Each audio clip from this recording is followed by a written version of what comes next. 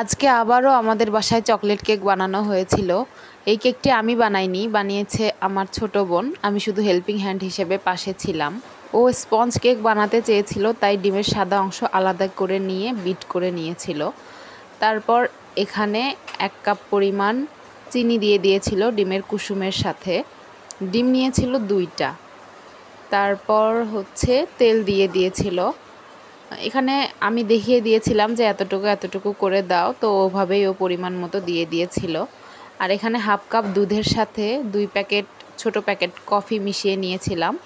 এই মিশ্রণটাও ঢেলে দিয়েছিল, কারণ চকলেট কেকে কফি দিলে একটা অসাধারণ একটা ফ্লেভার আসে। তারপর সব কিছু একসাথে ভালো করে বিট করে নিয়েছিল চিনিগুলা গলানোর জন্য। চিনি গলে আসলে এখানে একটু লবণ দিয়ে দিয়েছিল। মিষ্টি যে কোনো খাবারে লবণ দিলে টেস্টটা অনেক ভালো আসে। তারপর এখানে আটা একটা বাটিতে নিয়ে পরিমাণ মতো নিয়েছিল। তারপরে এখানে বেকিং পাউডার মিক্স করে দিয়েছিলাম আমি পরিমাণ মতো, আর কোকো পাউডারটা আমি পরিমাণ মতো দিয়ে দিয়েছিলাম। তারপর এগুলো একটু ভালোভাবে মিক্স করে নিতে হবে। তারপর এগুলো সব একসাথে অর্ধেক অর্ধেক করেও দিলে হয়। আমি প্রথমে ওকে বলেছিলাম অর্ধেক করে একটু নেড়ে নিয়ে তারপরে পুরোটা একসাথে ঢেলে নিয়ে তারপরে একসাথে একটু বিট করে নিতে। তো আমার কথা মতো সেটাই করেছিল।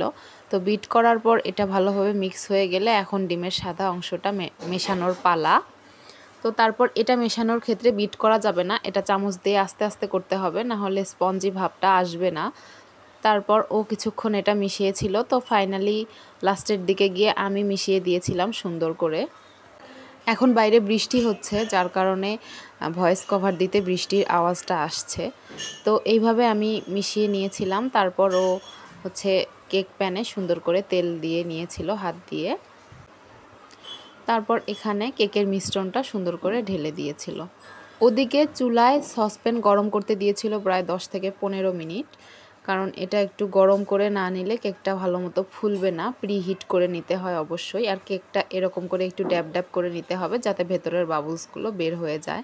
তো এই যে গরম হওয়া সসপ্যানে আমি কেকটা বসিয়ে দিয়েছিলাম, কারণ ও যেহেতু ছোট মানুষ, ও পারছিল না কোনোভাবেই। এটা অনেক রিস্কের, হাতে গরম লেগে যেতে পারে। তো এভাবে করে দিয়ে চুলার জালটা একদম আস্তে করে দিতে হবে। এখানে সময় লেগেছিল প্রায় 30 থেকে 40 মিনিটের মতো। তো তারপরেই কেকটা ফাইনালি হয়ে গিয়েছিল।